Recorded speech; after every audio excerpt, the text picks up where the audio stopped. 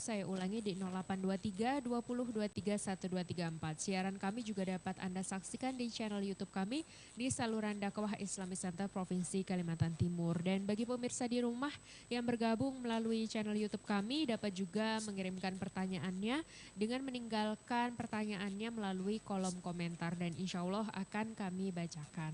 Baik, langsung saja kita akan mendengarkan bersama-sama tausiah dari Bapak Ahmad Nur Zaroni MAG selaku Wakil Dekan 2 FEBI IAIN Samarinda tentang menjaga fitrah pasca Ramadan. Silakan Pak. Bismillahirrahmanirrahim. Assalamualaikum warahmatullahi wabarakatuh. Alhamdulillahirabbil alamin wassalatu wassalamu ala asyrafil anbiya'i wal mursalin Sayyidina Muhammadin wa ala alihi wa ashabihi ajma'in amma ba'du. Kaum muslimin dan muslimat yang dirahmati oleh Allah Subhanahu wa taala. Alhamdulillah, puji syukur kita panjatkan kehadirat Allah Subhanahu wa taala atas rahmat, nikmat, hidayah dan taufiknya hingga pada hari ini kita masih bisa melaksanakan aktivitas kita sebagai hamba Allah Subhanahu wa taala. Salawat dan salam senantiasa semoga tercurahkan kepada junjungan kita Nabi besar Muhammad sallallahu alaihi wasallam. Kaum muslimin dan muslimat rahimakumullah. Hari ini kita berada di hari terakhir bulan Syawal, tanggal 30 Syawal tahun 1441 Hijriah. Tak terasa satu bulan kita telah ditinggalkan oleh bulan suci Ramadan. Masih terasa pengalaman spiritual selama Ramadan. Masih terasa kenikmatan kita beribadah di bulan Ramadan. Tentunya di sana ada peningkatan keimanan kita, peningkatan ibadah kita.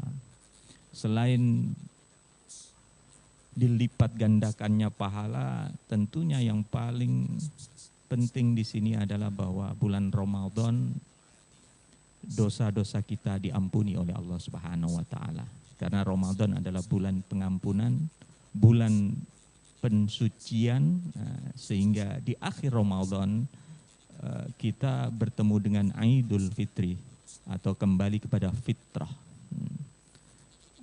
Bagaimana fitrah yang kita peroleh selama Ramadan kita mampu pertahankan, di sini nanti akan kita bahas. Jadi sesuai dengan topik kita pada sore hari ini, kita akan membahas bagaimana menjaga fitrah pasca Ramadan. Sebelum kita membahas tentang menjaga fitrah pasca Ramadan, terlebih dahulu perlu kita ketahui dulu apa itu fitrah. Fitrah menurut bahasa berasal dari kata fatara yuftiru, fatara yafturu, fitran atau fitratan, yang mana memiliki beberapa arti, satu dengan yang lainnya saling terkait. Ada fitrah bermakna ad-din atau agama, ad-dinul qawim. Fitrah juga bermakna penciptaan atau khalqun, dan fitrah juga bermakna suci atau suci lahir batin. Nah, fitrah bermakna khalqun atau penciptaan sebagaimana disebutkan di dalam Al-Quran, alhamdulillahilladzi fatiris samawati wal ard. Segala puji bagi Allah yang telah menciptakan langit dan bumi. Kemudian juga disebutkan dalam Al-Quran, fitratallahi fatoran nasa alaiha. Tetaplah di atas fitrah Allah yang telah menciptakan manusia menurut fitrahnya. Nah, kata fitrah di sini sinonim dengan kata khalq atau kholako. Fatoro sama dengan kholako, artinya menciptakan, yaitu menciptakan sesuatu yang dulunya tidak ada menjadi ada, atau menciptakan sesuatu yang dulunya belum ada bahan menjadi ada. atau menciptakan sesuatu yang belum ada contohnya menjadi ada, dan itu hanya bisa dilakukan oleh Al-Khaliq atau Al-Fatir, yaitu Allah Subhanahu wa taala.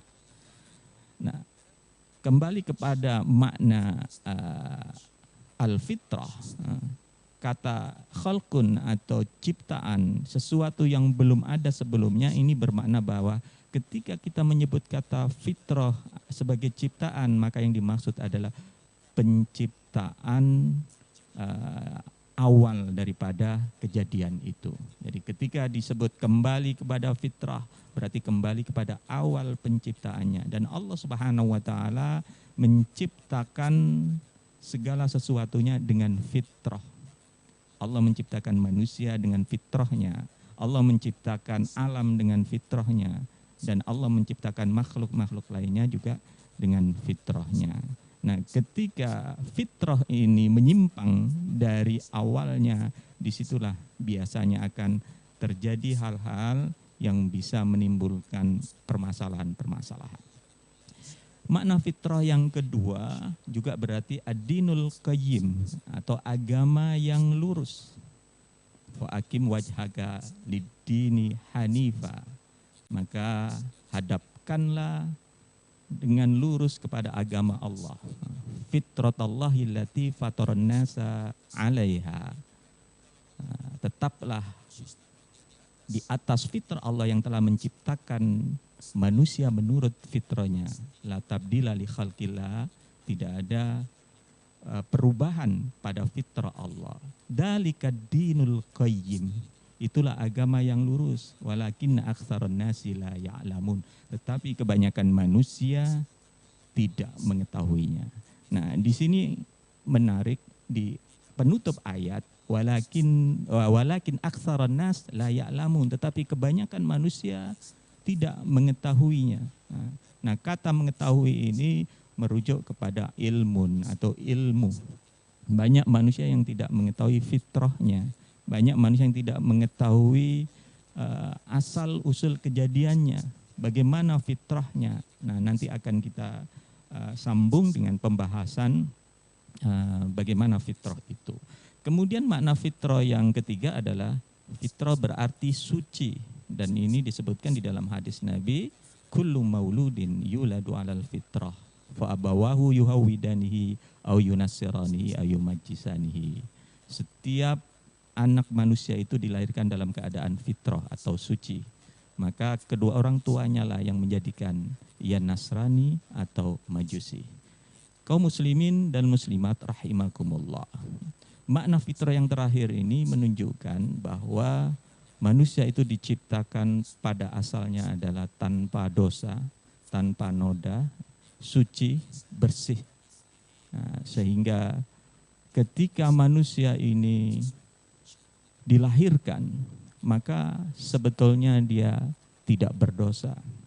Akan tetapi setelah bertemu atau tumbuh menjadi dewasa dan bergelut dengan kehidupan dunia, maka di situ ada pertarungan yang ada di dalam diri manusia, yaitu potensi baik dan potensi buruk.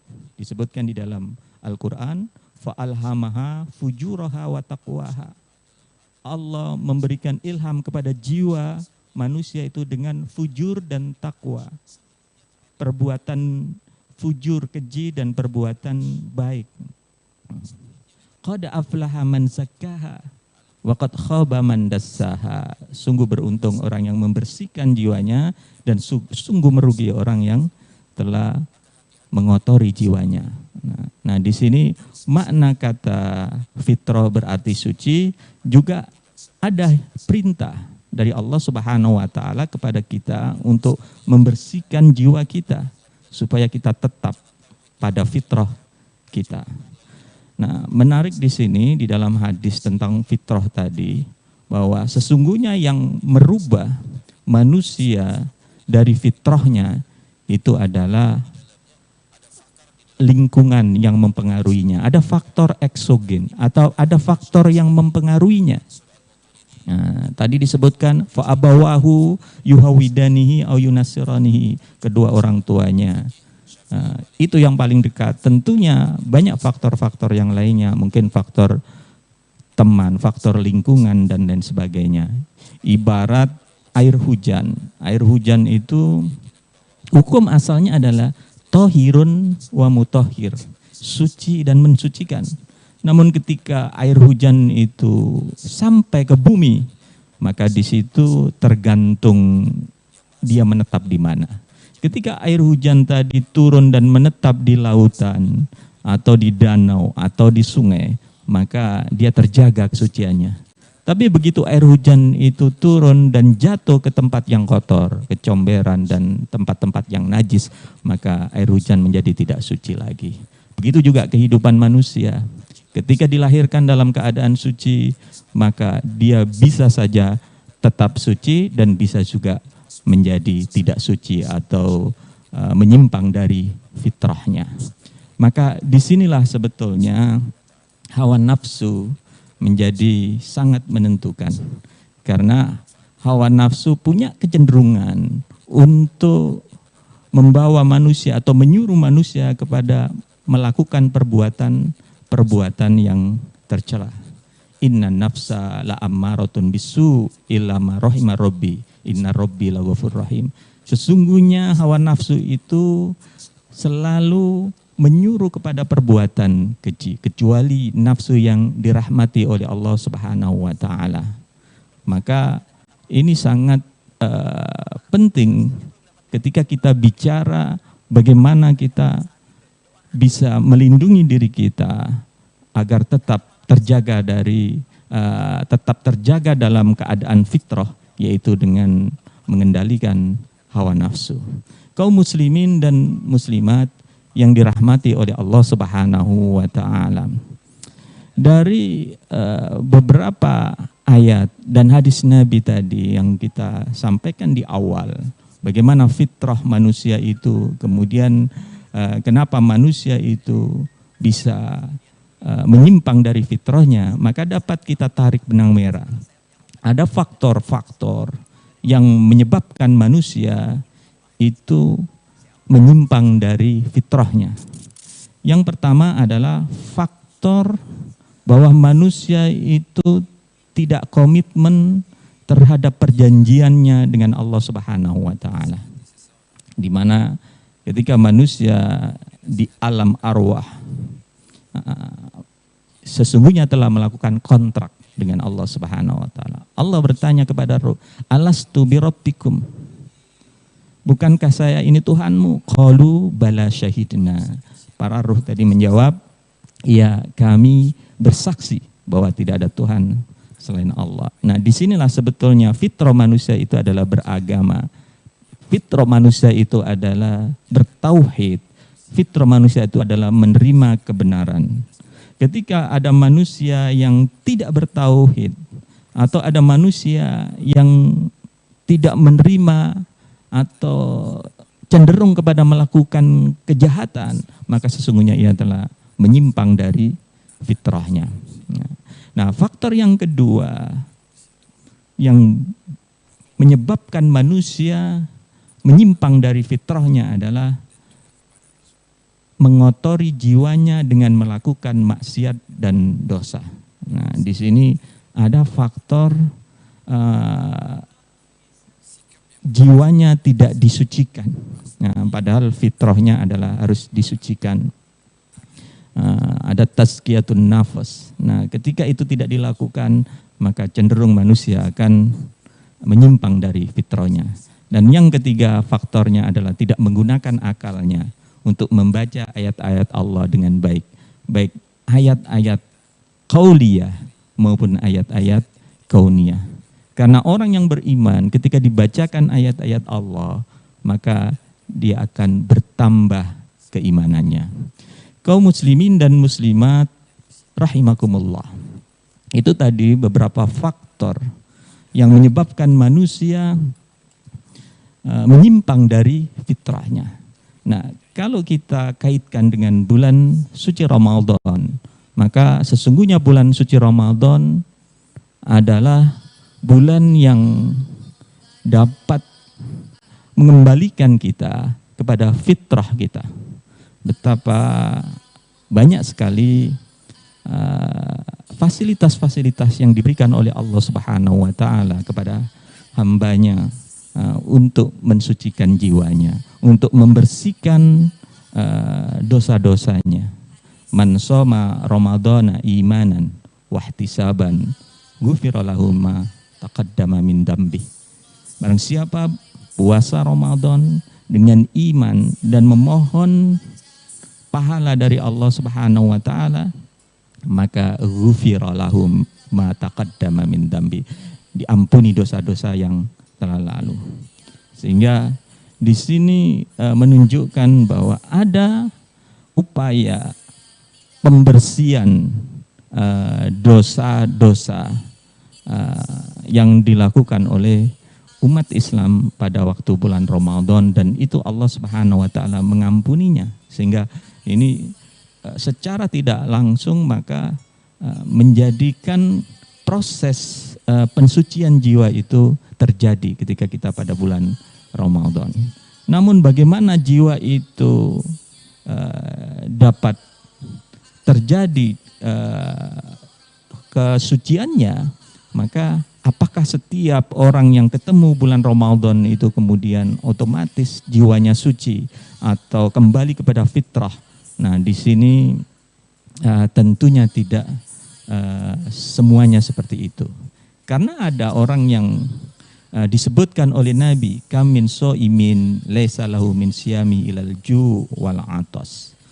Betapa banyak orang yang berpuasa tetapi tidak mendapatkan apa-apa kecuali haus dan lapar. Ju' wal atas, lapar dan haus saja yang dia terima. Maka kenapa terjadi seperti ini? Karena dia berpuasa tetapi tidak ada upaya untuk membersihkan jiwanya. Apa yang dia lakukan hanya menahan makan dan minum saja, tapi masih melakukan hal-hal yang bisa mengotori jiwanya. Sehingga disebutkan di dalam hadis Nabi yang lainnya, man lam yada' qaula zur wal amala bihi, barang siapa yang tidak meninggalkan perkataan keji dan tetap melakukan padahal dia berpuasa, laisa lillahi hajatun ayyada asyamahu wa syarabahu. Allah tidak membutuhkan puasanya. Allah tidak butuh dia meninggalkan makan dan minum, tidak butuh. Kenapa? Karena dia masih melakukan hal-hal yang masih bisa mengotori jiwanya. Nah, sehingga kemudian ada hadis Nabi ini disebut orang-orang yang celaka. Orang-orang yang seperti tadi disebut orang yang celaka. Dia puasa tidak mendapatkan apa-apa kecuali haus dan lapar. Kenapa? Karena dia hanya menahan haus dan lapar, sedangkan jiwanya masih dia kotori dengan melakukan hal-hal yang dilarang oleh agama, sehingga disebutkan orang ini adalah orang yang celaka. Rogima anfurojulin dakhala alai Ramadan suman salakho bahwa lam yughfar. Celaka seseorang yang ketemu bulan Ramadan, kemudian Ramadan berlalu tapi dia belum terampuni dosa-dosanya. Naudzubillah min dzalik. Kaum muslimin dan muslimat yang dirahmati oleh Allah Subhanahu wa taala. Ramadan sudah meninggalkan kita. Mudah-mudahan kita termasuk orang-orang yang diampuni oleh Allah Subhanahu wa taala dan kita termasuk orang-orang yang disucikan. Tinggal bagaimana kita mempertahankan kesucian itu, mempertahankan fitrah itu. Dan itu harus kita lakukan. Kenapa? Kenapa kita harus mempertahankan fitrah? Tentunya kita ingin hidup bahagia. Tentunya kita ingin hidup yang baik. Disebutkan di dalam Al-Quran, man amila solihan min dakarin wa unsa fahuwa mu'min falanuhyiyannahu hayatan thayyibatan. Barang siapa yang beramal soleh dan baik laki-laki maupun perempuan dan dia mukmin, dia beriman. Jadi beramal soleh dilandasi dengan tauhid, dilandasi dengan keimanan, maka kata Allah falanuhyiyannahu hayatan thayyibatan. Akan kami berikan dia kehidupan yang baik. Jadi kehidupan yang baik ini adalah kehidupan yang tentunya baik di mata Allah, bukan baik di mata manusia. Itu kehidupan yang penuh berkah, kehidupan yang penuh ridho, dan tentunya kehidupan yang bahagia dunia dan akhirat. Walanajziyannahum, dan Allah akan memberikan balasan lebih baik dari apa yang ia lakukan. Kemudian kenapa kita harus menjaga fitrah? Kalau tadi supaya hidup kita baik, maka menjaga fitrah juga untuk menghindari kehidupan yang tidak baik. Man a'rada an dzikri fa inna lahu ma'isyatan dongka. Kata Allah, barang siapa yang mengingkari, menolak untuk mengingatku, fa inna lahu ma'isyatan dongka, maka baginya adalah kehidupan yang sempit. Jadi lawan daripada hayatan thayyibah yaitu ma'isyatan dongka, kehidupan yang sempit. Mungkin sempit bukan secara fisik ya, bisa saja rumahnya luas, bisa saja rumahnya besar, tapi yang dia rasakan dalam hatinya tidak seluas rumahnya. Bisa saja ada orang yang rumahnya kecil, sempit, tapi yang dia rasakan dalam hatinya seluas samudera. Nah, di sini inti atau substansi daripada makna kehidupan yang baik dan kehidupan yang sempit tadi. Nah, kemudian tidak hanya Allah berikan kehidupan yang sempit, tapi juga di akhirat nanti orang-orang yang menyimpang dari fitrah tadi Allah kumpulkan. Wa nahsuruhu yaumal qiyamati a'ma, dikumpulkan dalam keadaan buta. Sehingga mereka pun protes, qala rabbi lima hasyartani a'ma wa qad kuntu basiran. Wahai Tuhan, mengapa engkau kumpulkan kami dalam keadaan buta, padahal dulu kami di dunia ini melihat. Nah, mata kami sempurna waktu di dunia. Dijawab oleh Allah, qala kadzalika atatka ayatuna fanasitaha. Demikianlah dulu datang kepada kamu ayat-ayat kami, fanasitaha, kemudian kamu melupakannya. Wa kadzalikal yauma tunsa, dan begitu juga hari ini kalian dilupakan. Kaum muslimin dan muslimat rahimakumullah. Dua ayat tadi menggambarkan betapa kita penting untuk menjaga diri kita agar tetap dalam fitrah, menjaga diri kita dalam kesucian. Apa yang sudah kita peroleh selama Ramadan kita jaga dengan sebaik mungkin, agar apa yang kita harapkan nantinya kehidupan bahagia dunia dan akhirat, apa yang kita hindari kehidupan yang sempit, kehidupan yang menyakitkan, itu tidak terjadi kepada kita. Maka bagaimana cara agar kita mampu menjaga fitrah pasca Ramadan? Di sini akan kita jelaskan. Kaum muslimin dan muslimat yang dirahmati oleh Allah Subhanahu wa taala. Allah Subhanahu wa taala menciptakan alam ini dengan fitrah dan juga dengan keseimbangan. Jadi Islam itu adalah agama yang seimbang, tawazun, agama yang moderat, agama yang tawassut. Jadi seimbang, tidak berlebih-lebihan. Allah menciptakan agama yang seimbang juga berarti adil. Adil. Tidak seimbang berarti tidak adil. Dan disebutkan di situ was-samaa rafa'aha wa wada'ahal mizan.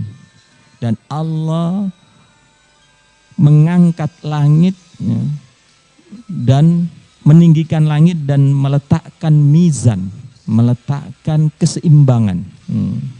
Ala tadghaw fil mizan, supaya kalian tidak melampaui mizan, tidak melampaui timbangan. Artinya apa? Bahwa fitrah itu sebetulnya adalah keseimbangan. Allah menciptakan alam semesta ini dengan keseimbangan. Ketika keseimbangan itu kita rusak, maka akan terjadi masalah, akan terjadi bencana-bencana. Bencana alam itu karena disebabkan oleh hilangnya keseimbangan alam. Jadi keseimbangan alam ini adalah fitrah Allah Subhanahu wa taala. Dan tadi disebutkan la tabdila li khalqillah. Tidak ada perubahan pada fitrah Allah. Jadi fitrah Allah itu tidak berubah. Nah, ketika fitrah Allah itu dirubah, maka itu akan menimbulkan bencana-bencana. Kita tidak asing ya dengan cerita atau kisah yang ada di dalam Al-Quran. Misalnya apa yang dilakukan oleh kaum Lut. Nah, kaum Lut itu adalah kaum yang menyalahi fitrah. Kenapa? Karena mereka mencintai sesama jenis. Padahal fitrahnya manusia itu adalah mencintai lawan jenis, bukan sesama jenis. Sehingga Allah pun menurunkan bencananya. Dan banyak lagi contoh-contoh yang lain yang ketika manusia itu mengabaikan tentang keseimbangan ini, maka Allah akan menurunkan bencana, menurunkan masalah dan lain sebagainya. Nah, tadi kita sebutkan menjaga fitrah diri kita berarti juga menjaga keseimbangan yang ada di dalam diri kita. Kita kenali diri kita bahwa manusia itu diciptakan oleh Allah terdiri dari beberapa unsur. Unsur-unsur yang ada di dalam diri kita itu harus kita seimbangkan. Ada unsur ruhiyah, ada unsur jasadiyah, dan ada unsur akliyah.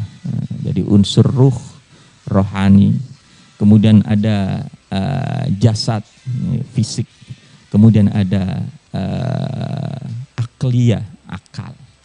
Nah, unsur ruhiyah itu bagaimana kita seimbangkan, kita berikan asupan yang dibutuhkan oleh ruh. Jangan sampai kebutuhan ruh tidak kita beri sehingga ruh menjadi tidak seimbang. Sama seperti tubuh kita, fisik kita pun harus seimbang. Kemudian akal kita juga harus seimbang. Nah, di sini untuk menjaga fitrah, maka ruhiyah agar seimbang pertama adalah ruh kita kuatkan pada aspek tauhid. Tauhidullah. Karena tauhid itu adalah fitrah manusia. Tadi sebelum manusia lahir sudah kontrak dengan Allah. Alastu bi rabbikum. Itu berarti tauhid. Fitrah manusia itu adalah tauhid. Sehingga mengembalikan manusia kepada fitrahnya berarti mengembalikan manusia kepada tauhid. Nah, ketika tauhid ini dilanggar, maka manusia telah menyimpang dari fitrahnya. Nah, yang kedua, setelah tauhid, kita harus selalu ingat kepada Allah, zikrullah, zikir kepada Allah. Karena dengan zikir kepada Allah berarti kita akan terjaga, selalu terjaga, ya. Karena selalu ingat kepada Allah dalam keadaan apapun. Nah, disebutkan kalau di dalam Al-Quran itu zikir baik siang, malam, berdiri, baring. Itulah yang disebut dengan ulul albab, orang-orang yang cerdas, orang-orang yang menyeimbangkan spiritual dan intelektual. Sehingga mereka itu adalah orang-orang yang menguatkan atau menjaga fitrahnya sebagai manusia. Nah, jadi tauhidullah, zikrullah, kemudian ibadah tentunya harus kita perbanyak. Nah, karena ibadah ini juga makanan ruhiyah. Nah, ketika kita tidak melakukan ibadah, maka ruh kita menjadi kekurangan, menjadi sakit, menjadi kering.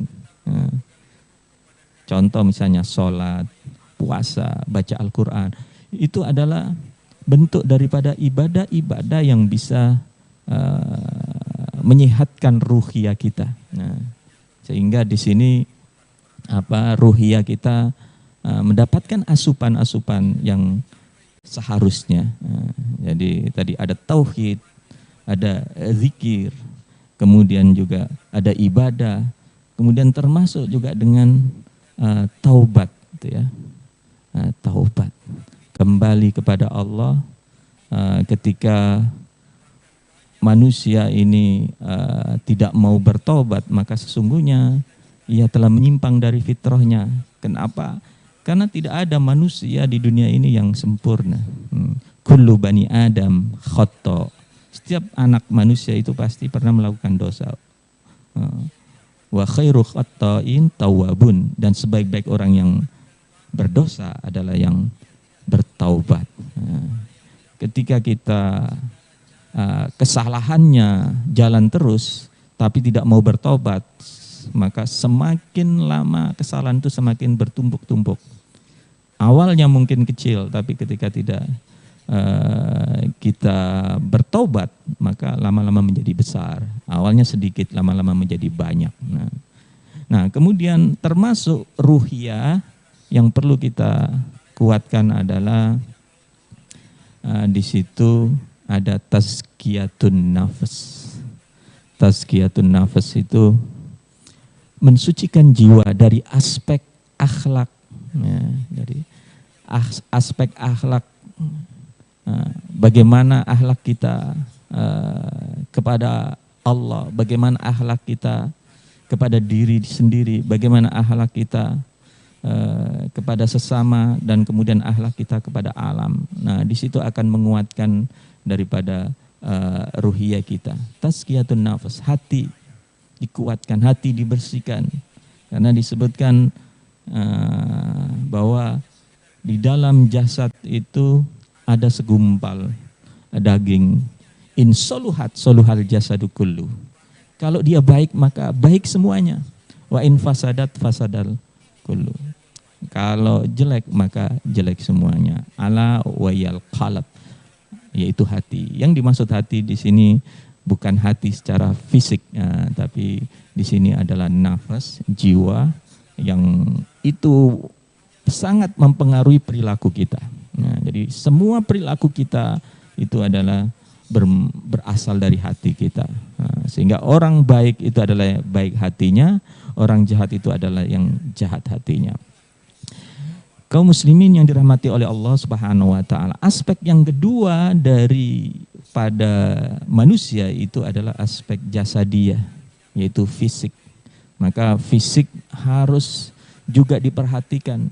Ada asupan makanan yang bergizi. Tentunya yang paling penting adalah tidak sekedar bergizi, tapi juga harus halalan thayyiban, harus halal.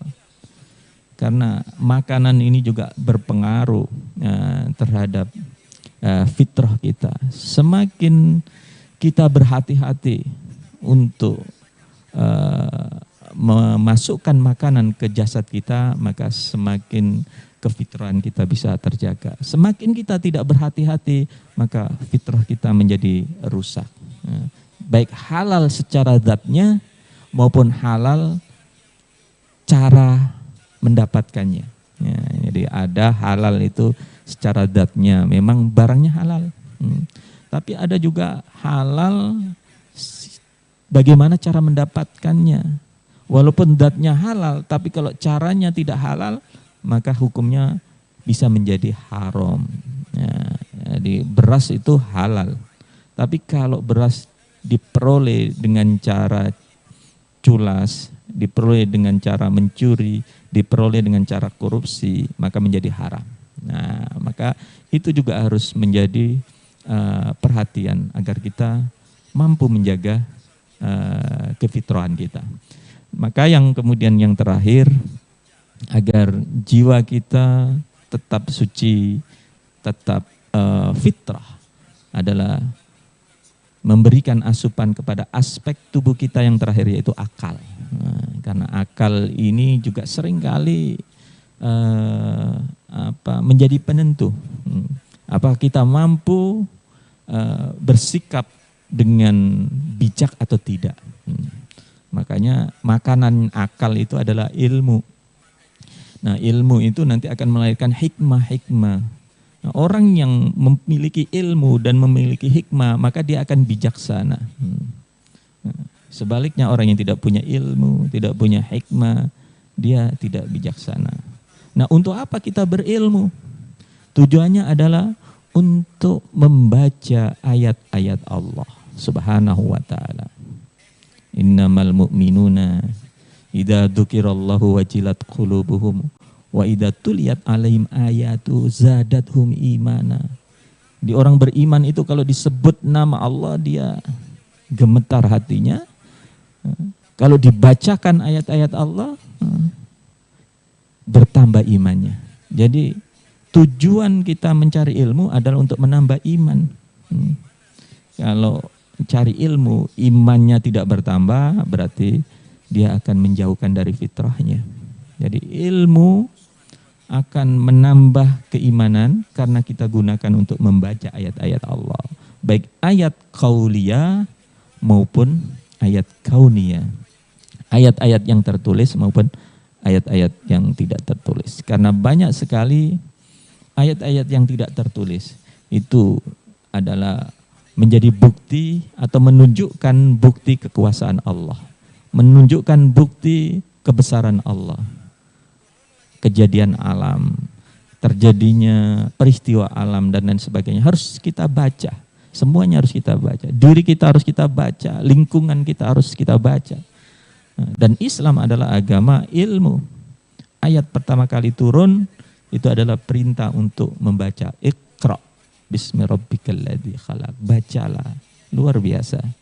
Pada zaman di mana waktu itu belum ada peradaban sekolah-sekolah modern, tapi sudah ada perintah untuk membaca. Iqra bismi rabbikal ladzi khalaq. Dan Al-Qur'an juga mengapresiasi orang yang berilmu luar biasa. Yarfa'illahu alladhina amanu minkum walladhina utul ilma darajah.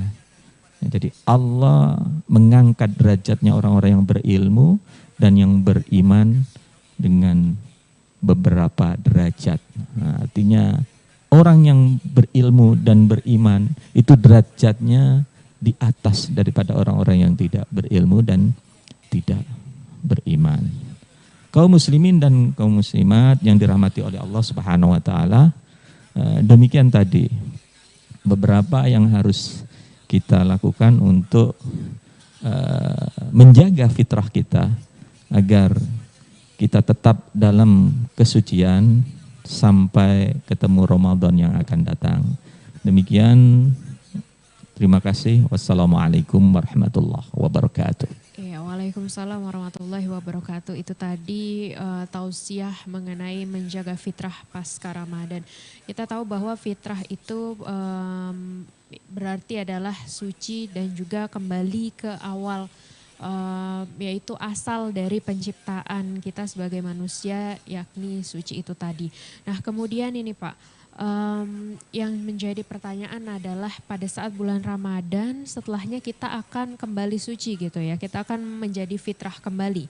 Kemudian kenapa hanya di bulan Ramadan saja kembalinya fitrah manusia tersebut? Memang apakah ada amalan-amalan tertentu yang bisa membuat diri kita ini menjadi fitrah kembali di bulan Ramadan itu? Dan kemudian apa bisa di bulan-bulan lainnya dikerjakan amalan-amalan tersebut agar fitrah kita tetap terjaga? Ya, terima kasih. Bulan Ramadan ini bulan yang sangat istimewa ya, sehingga disebutkan dalam hadis Nabi, idza jaa Ramadan futihat abwabul jannah wa ghuliqat abwabun nar wa sulsilatis syayatin. Kalau datang bulan Ramadan ditutup pintu-pintu, dibuka pintu-pintu surga, ditutup pintu-pintu neraka dan dibelenggu setan-setan. Nah, ini menunjukkan apa? Bahwa Ramadan ini dikondisikan memang oleh Allah Subhanahu wa taala untuk hambanya mensucikan diri, untuk hambanya beribadah sebanyak-banyaknya. Sehingga pada saat bulan Ramadan begitu kita mudah sekali untuk beribadah, begitu kita mudah untuk bersedekah, mudah untuk ringan untuk puasa, ringan untuk baca Al-Quran. Karena apa? Ya itu menjadi janji Allah bahwa bulan Ramadan ini bulan yang mulia, bulan yang agung, bulan yang luar biasa. Nah pertanyaannya, apakah itu hanya di bulan Ramadan saja? Nah kalau kemudian setelah Ramadan kita lalui dengan baik, kemudian ibadah kita lakukan dengan baik, kemudian kita kembali kepada fitrah, maka sesungguhnya Ramadan itu adalah langkah awal untuk kemudian dilanjutkan kepada langkah berikutnya. Sehingga puasa itu harusnya bukan hanya puasa bulan Ramadan, puasa dalam makna filosofis gitu ya. Kalau di Ramadan kita tidak boleh berkata-kata yang kotor karena itu akan mengurangi bahkan menghilangkan pahala puasa. Dan kalau kita berhasil melakukan itu, maka seharusnya di luar bulan Ramadan kita juga berpuasa untuk tidak berkata-kata yang kotor. Kalau bulan Ramadan kita tidak boleh berdusta karena itu akan menghilangkan pahalanya puasa, maka di luar Ramadan juga seharusnya kita berpuasa untuk tidak berdusta. Kalau di bulan Ramadan kita berpuasa tidak makan dan tidak minum di siang hari, padahal itu harta kita dan harta itu halal, dan kita mampu menjaga itu, maka di luar Ramadan harusnya kita juga berpuasa untuk tidak makan dan tidak minum terhadap harta-harta yang haram, bukan milik kita. Kalau yang halal saja kita mampu menahannya, seharusnya yang haram apalagi kita seharusnya mampu menahannya. Nah, di sini biasanya kurang dipahami oleh kebanyakan kita, seakan-akan bulan untuk mensucikan diri itu hanya bulan Ramadan, seakan-akan ibadah banyak itu hanya bulan Ramadan. Selepas Ramadan kemudian kembali lagi kepada kebiasaan-kebiasaan yang dilakukan sebelum Ramadan. Padahal harusnya antara Ramadan dengan Ramadan disitulah yang lebih utamanya lagi. Kita start mulai Ramadan, kemudian kita berjalan menuju Ramadan yang akan datang, itu kita gunakan bekal-bekal yang sudah kita kumpulkan selama Ramadan. Bekalnya apa? Misalnya bekalnya kebiasaan sholat, kebiasaan tadarus, kebiasaan qiyamul lail, kebiasaan sedekah. Itu adalah semuanya bekal yang harus kemudian kita gunakan untuk mengarungi selama 12 bulan ke depan, sehingga kita kembali lagi kepada Ramadan. Nah, itu baru kemudian dikatakan bahwa Ramadan, antara Ramadan dengan Ramadan itu penghapus dosa, manakala antara Ramadan itu kita jaga fitrah atau kesucian yang sudah kita peroleh selama Ramadan. Mungkin itu. Berarti jawabannya adalah kita harus tetap menjaga amalan-amalan dan ibadah kita yang selama ini kita laksanakan di bulan Ramadan, dan juga menghindari apapun itu yang tidak boleh di bulan Ramadan, itu harus kita teruskan gitu ya Pak ya. Iya. Selama 11 bulan lainnya selain dari bulan Ramadan itu gitu, untuk menjaga kefitrahan kita itu sendiri. Oke, baik. Nah, kemudian tadi ada nafsu, itu adalah lawan terbesar atau musuh terbesar dari fitrah kita gitu kan. Kita sebagai manusia tentunya secara alamiah kita memiliki nafsu, tapi ternyata itu juga yang menjadi musuh besar kita. Kemudian bagaimana cara kita untuk bisa mengendalikan nafsu kita dan juga melawan nafsu kita sehingga fitrah kita itu tetap bisa terjaga gitu Pak Ustadz? Iya. Dalam diri manusia itu oleh Allah diberikan potensi ya. Salah satunya itu adalah nafsu. Nafsu itu juga sebetulnya bawaan manusia. Jadi memang manusia diberikan nafsu. Beda dengan malaikat. Malaikat tidak diberi nafsu. Dan dengan nafsu manusia bisa menjadi baik, tapi juga dengan nafsu manusia bisa menjadi jahat. Nah, karena nanti ada nafsu itu yang mendapatkan panggilan khusus atau undangan khusus dari Allah Subhanahu wa taala untuk mendapatkan tiket ke surga, yaitu nafsul mutmainnah. Disebutkan dalam Al-Quran, ya ayyatuhan nafsul mutmainnah irji'i ila rabbiki radiyatan mardiyah fadkhuli fi ibadi wadkhuli jannati. Wahai nafsul mutmainnah, kembalilah kepada Tuhanmu, irji'i ila rabbiki radiyatan mardiyah, dengan diridhoi dan meridhoi. Fadkhuli fi ibadi, masuklah dalam golongan hamba-hambaku, wadkhuli jannati, masuklah ke surgaku. Nah, ini luar biasa. Diundang oleh Allah untuk masuk ke surga. Siapa itu? Yaitu nafsul mutmainnah, nafsu yang mendapatkan rahmat dari Allah Subhanahu wa taala. Siapa itu? Yaitu orang yang mampu mengendalikan nafsunya. Nah, jadi nafsu ini sesungguhnya potensi atau kekuatan yang ada dalam diri manusia manakala dia dikendalikan akan menjadi potensi yang baik. Tapi ketika tidak dikendalikan justru akan merusak, karena hancurnya manusia itu karena tidak mampu mengendalikan hawa nafsu. Sebaliknya orang yang mampu mengelola hawa nafsunya akan menjadi energi untuk menjadi lebih baik. Gitu ya. Oke, berarti jangan sampai kita kalah dengan diri kita sendiri, kalah melawan nafsu diri kita sendiri gitu ya Pak ya. Iya. Oke, ini ada pertanyaan dari pemirsa penonton di YouTube kita. Assalamualaikum warahmatullahi wabarakatuh. Saya Ahmad Hidayatullah dari Samarinda Ustadz. Bagaimanakah ciri-ciri seseorang itu bisa disebut konsisten dalam menjaga fitrah? Terima kasih Ustadz. Iya, jadi kalau bisa dilihat dari yang paling tahu sebetulnya diri sendiri ya, diri sendiri. Kalau orang lain kan hanya menilai. Artinya apa? Apa yang kebiasaan baik selama di bulan Ramadan kemudian kita pertahankan, itu berarti kita konsisten ya. Jadi konsisten artinya terus menerus sabar melakukannya. Jadi sabar itu tidak hanya kepada as-sabru alal musibah saja, tapi juga as-sabru ala ta'ah, sabar dalam ketaatan.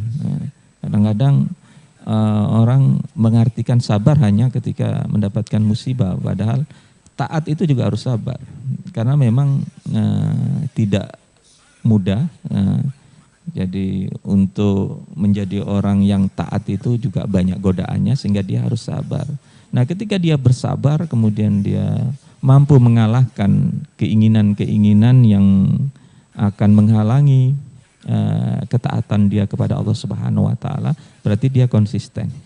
Jadi konsisten itu berarti istiqomah dalam menjalankan kebaikan-kebaikan walaupun ada hal-hal yang mungkin membuat dia lemah, tapi dia tidak hiraukan. Jadi sabar dengan ketaatan kepada Allah Subhanahu wa taala. Nah, ketika itu dia rubah dengan kebalikannya, maka dia menjadi tidak konsisten lagi, gitu ya. Jadi kalau tadinya dia membiasakan diri untuk tidak berkata-kata yang tidak baik atau tidak menyakiti orang lain. Kemudian kalau di dalam hadis Nabi itu orang berpuasa itu tidak boleh berkata-kata kotor. Bahkan seandainya ada orang yang berkata kotor kepada kita, bahkan sampai mengajak berkelahi atau bahkan akan membunuh atau berperang, maka katakanlah kul inni mru'un shaim, katakanlah saya puasa. Nah, berarti di situ sampai pada titik di mana kesabaran kita diuji. Sehingga puasa itu di samping mengendalikan nafsu juga menciptakan kesabaran, gitu ya. Jadi sabar tidak hanya kepada musibah, tapi juga sabar dalam ketaatan, sabar dalam istiqomah menjalankan hal-hal yang sudah baik. Oke, berarti untuk mengetahui bagaimana kita bisa konsisten dan istiqomah itu tadi menjaga kefitrahan itu hanya diri kita saja yang tahu gitu ya Pak ya. Oke, baik, ini ada pertanyaan lagi dari pemirsa di rumah. Assalamualaikum warahmatullahi wabarakatuh. Ustadz, kalau setelah Ramadan seseorang kembali lagi melakukan perbuatan buruk, apakah itu tanda kalau Ramadannya tidak maksimal? Terima kasih. Ya, tanda kalau berhasil Ramadannya adalah dia lebih baik setelah Ramadan ya. Karena Ramadan itu bagian dari penempahan di tempahnya. Nah, maksimal dia di dalam kegiatan Ramadan bisa saja pada waktu Ramadan sudah maksimal. Tapi kemudian setelah Ramadan dia kembali tidak istiqomah. Nah, di situ sebetulnya yang menjadi adalah istiqomahnya. Jadi tidak istiqomah. Dia tidak istiqomah. Berarti tidak maksimal. Tidak mempertahankan fitrahnya. Ya. dia tidak maksimal gitu ya. Jadi memang keberhasilan Ramadan itu adalah manakala setelah Ramadan kita mampu mempertahankan apa yang sudah kita lakukan selama Ramadan. Oke, bukan berarti pada saat bulan Ramadan ini karena tahu pahalanya berkali-kali lipat gitu ya. Kemudian ibadahnya digenjot, tetapi setelah dari bulan-bulan itu ternyata istiqomahnya itu kurang gitu ya Ustadz ya. Makanya kenapa kita itu tadi tidak hanya di bulan Ramadan saja kita mungkin giat untuk beribadah dan memperbaiki ibadah lainnya dan amalan-amalan lainnya, tapi kemudian di bulan lain kita mulai kendor gitu semangatnya. Dan itu tadi kenapa untuk menjaga fitrah kita, kesucian kita sebagai manusia tadi kita wajib untuk yang namanya istiqomah dan juga melawan dari musuh terbesar kita sendiri yakni nafsu kita, dan juga harus tetap seimbang antara ketiga hal tadi yakni dari rohani kita, jasad kita dan juga akal kita. Baik, tidak terasa ini Ustadz kita telah bersama dengan pemirsa ini hampir 1 jam. Mungkin silahkan untuk kesimpulan pada materi kita pada sore hari ini. Kaum muslimin dan muslimat yang dirahmati oleh Allah Subhanahu wa taala. Allah Subhanahu wa taala memberikan kita bulan Ramadan adalah sebuah kenikmatan yang luar biasa, sebuah rahmat yang luar biasa. Maka kita harus mampu menerima rahmat yang luar biasa itu dengan menjadikan Ramadan sebagai awal atau modal awal untuk melanjutkan atau mengarungi masa-masa setelah Ramadan sampai kemudian Ramadan ketemu lagi dengan kita. Itulah yang kemudian disebut bahwa antara Ramadan dengan Ramadan adalah mukaffiratud dzunub, penghapus dosa. Sehingga dosa antara Ramadan tidak Ramadan, antara Ramadan ke Ramadan itu juga terus terampuni oleh Allah Subhanahu wa taala. Dan itu juga yang disebut dengan menjaga fitrah setelah Ramadan. Oke, baik ya, terima kasih banyak untuk Bapak Ustadz Ahmad Nur Zaroni ini selaku Wakil Dekan 2 FEBI YIN Samarinda telah bersama kami di Umpat Betakun di edisi sore hari ini tentunya setiap Senin. Dan juga pemirsa itu tadi menjaga fitrah pasca Ramadan, semoga dapat bermanfaat bagi kita semua bahwa kita mengetahui sifat kita, sifat alami dari manusia itu memang pada dasarnya adalah fitrah atau suci itu tadi. Namun ternyata kita sendirilah yang tidak menyeimbangkan dan juga menjaga fitrah itu tadi karena kita kalah dengan nafsu kita dan juga terpengaruh dari lingkungan-lingkungan kita dan lain sebagainya. Dan itu kenapa kita harus tetap menjaga keseimbangan fitrah kita itu tadi yakni menjaga rohani, jasad kita dan juga akal kita. Bahwa tidak hanya kita condong kepada mungkin rohani saja tapi jasad kita dan akhlak kita ataupun dari akal kita itu tidak dijaga, tapi ternyata semua itu harus seimbang gitu. Dan juga itu tadi kalau misalnya kita belajar, kita terus belajar, membaca dan lain sebagainya, itu juga dapat memupuk tingkat keimanan kita dan juga tadi bagaimana kita menjaga memberi makan jasad kita dengan baik itu juga dapat menyeimbangkan dari fitrah kita itu sendiri. Nah, saya ucapkan terima kasih juga kepada pemirsa di rumah yang sudah bergabung dengan kami di channel YouTube kami di saluran Dakwah Islamic Center. Jangan lupa untuk terus saksikan Umpat Betakun setiap harinya. Akhirnya saya Zuri Masruroh beserta seluruh kerabat kerja yang bertugas mengucapkan terima kasih atas perhatian Anda. Wabillahi taufiq wal hidayah. Wassalamualaikum warahmatullahi wabarakatuh.